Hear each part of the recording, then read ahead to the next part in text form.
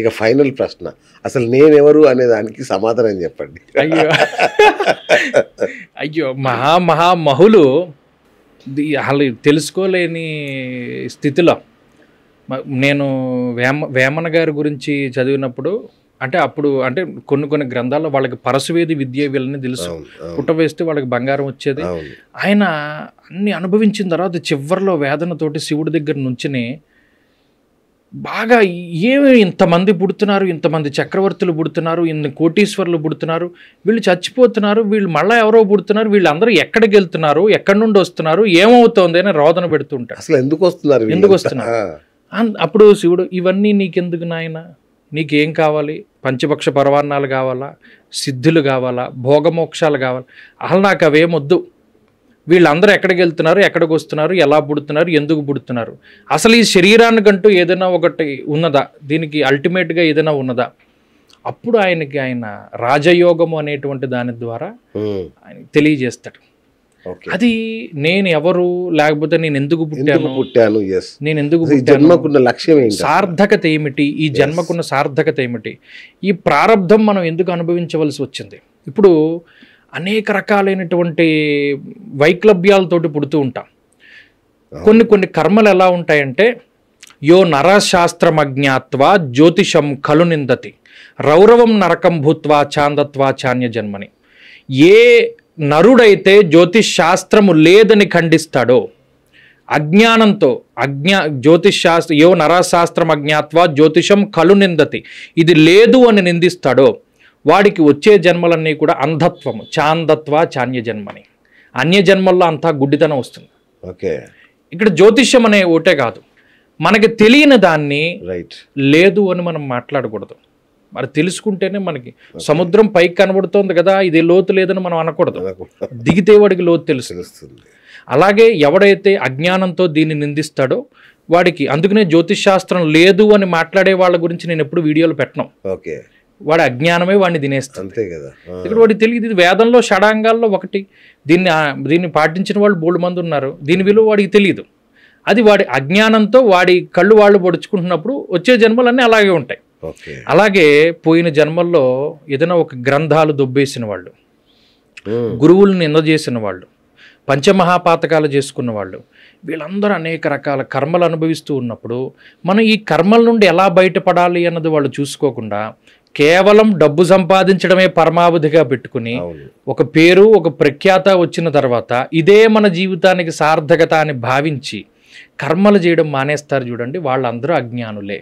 Okay, కాశీఖండంలో Divodasa అనేటువంటి మహారాజు గారు గొప్ప రాజ్యాన్ని చేసిన తర్వాత అన్నీ వదిలేసి శివుడి దగ్గర ఉంటాడు. ఆయన ఒక కుండం తవ్వుకుని ఒక లింగాన్ని స్థాపించి అక్కడ అభిషేకాలు చేసుకుంటూ ఉంటాడు. ఆయనకి మోక్షం వస్తుంది. అలాగే మన జీవితానికి ఏది సార్థకత, మనం ఎందుకు పుట్టాం, మనకి ఈ ఫీల్డ్లో భగవంతుడు ఇలా ఉంచాడు, దీని ద్వారా మనం ఎవరికైనా సహాయం చేయగలమా, పరోపకారార్థమిదం శరీరం. మనకి ఏం చెప్పినా, శాస్త్రంలో ఎంత చదివినా, ఎన్ని పురాణాలు చదివినా, ఎన్ని గ్రంథకోటిభి పరోపకారాయ మనం ఈ పరోపకారం చేయాలి. రైట్.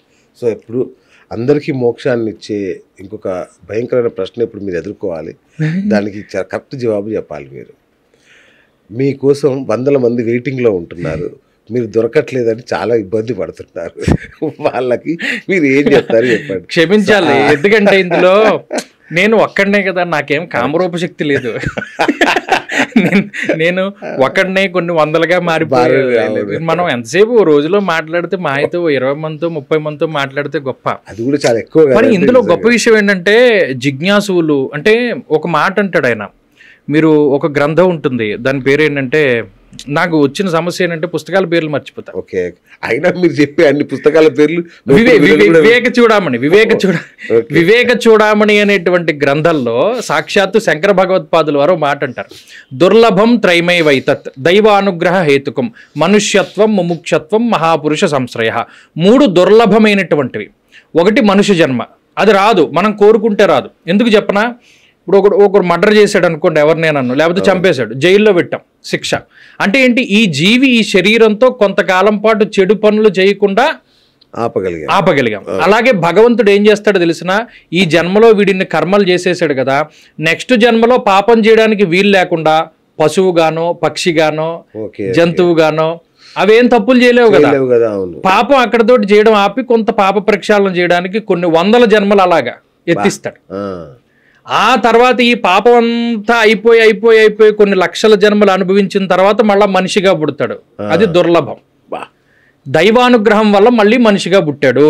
పుట్టినవాడు ఏం చేయాలి? పుణ్య కార్యక్రమాలు చేయాలి. మళ్ళీ ఈ జన్మ పడిపోకుండా, మనిషి జన్మ నుండి పేడ పురుగు కింద వెళ్ళిపోకుండా వీడు ఉత్తమమైనటువంటి గతుల కోసం ప్రయత్నం చేయాలి. అంటే ఉన్న దాంట్లో తీసుకోవాలి, దానం చేయాలి, ఏదైనా మంచి పనులు చేయాలి.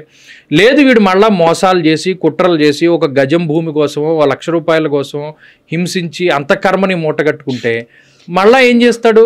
ఈ కర్మ పెరిగిపోయిన తర్వాత దాని నుండి బయటపడడానికి మళ్ళా జంతువుల జన్మలు ఇస్తాడు. అలా ఉంటుంది. అందుకని మనుష్య జన్మ దుర్లభం, దైవానుగ్రహం వల్ల వస్తుంది. ముముక్షత్వము, మనుష్య జన్మలోంచి ముముక్షత్వం రావాలి అంటే నేను ఎవరు అని అడిగారే మీరు ప్రశ్న, అది తెలుసుకునే ప్రయత్నం చేయడానికి గ్రంథాలని పఠించాలి, గురువుల కోసం వెతకాలి, దైవానుగ్రహం కోసం ఇది చేయాలి. అది వాడికి కలగడం కూడా. అందుకనే శ్రీ గురు చరిత్ర పుస్తకం ఎవడు చదువుతాడు అని దాంట్లో ఇండెక్స్లో రాస్తారు. మన దగ్గర ఉన్న పేస్ట్ ఒక 2-3 నెలలుగా పూర్తిగా వాడేసిన తర్వాత చివరిలో ఓడు ఉంటాడు కకృతి పిండి పిండి పిండి పిండి దాంట్లోంచి ఒకటి తీస్తాడు చూసారా.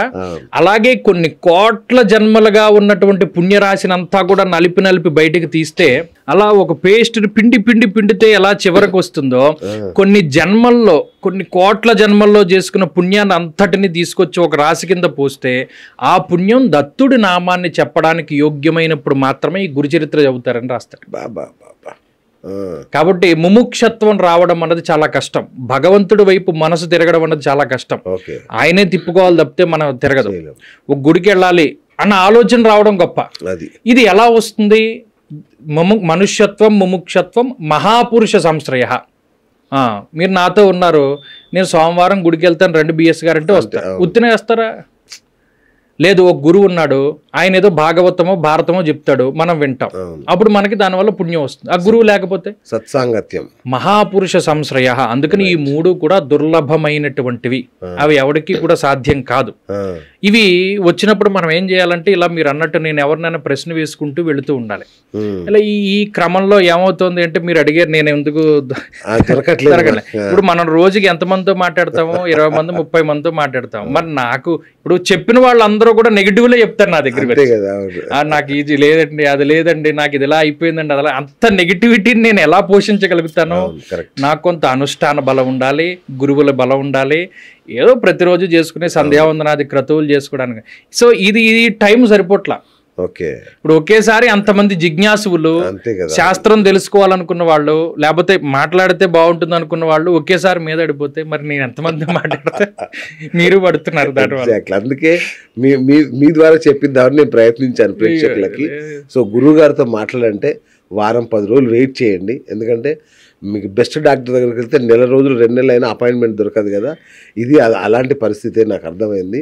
సో కొంచెం ఓపిక పట్టండి. చాలామంది మన ఫోన్ చేసి తిడుతున్నారు, ఎప్పుడు ఇస్తావు, ఇంకెప్పుడు ఇస్తావు, నాకు అర్జెంట్ ఉంది, నేను అర్జెంటుగా చూడాలి. కానీ విచిత్రం ఏంటంటే అందరికీ అర్జెంటే, అదే కదా వచ్చింది బాగా. సో అందుకని కొంచెం వారం 10 రోజులు ఓపిక పట్టేలాగా ఉంటే గురుగారి కోసం ఫోన్ చేయండి. మీకు అద్భుతమైన రిజల్ట్ ఉంటుంది, అద్భుతమైన జ్యోతిషం మీకు దొరుకుతుంది. అంతే కదా గురుగారు? మీ తరఫున మాట ఇచ్చేసాను, నాకు మాట రాకుండా చూసుకోండి. థ్యాంక్ యూ గురుగారు, థ్యాంక్ యూ సో మచ్ అండి.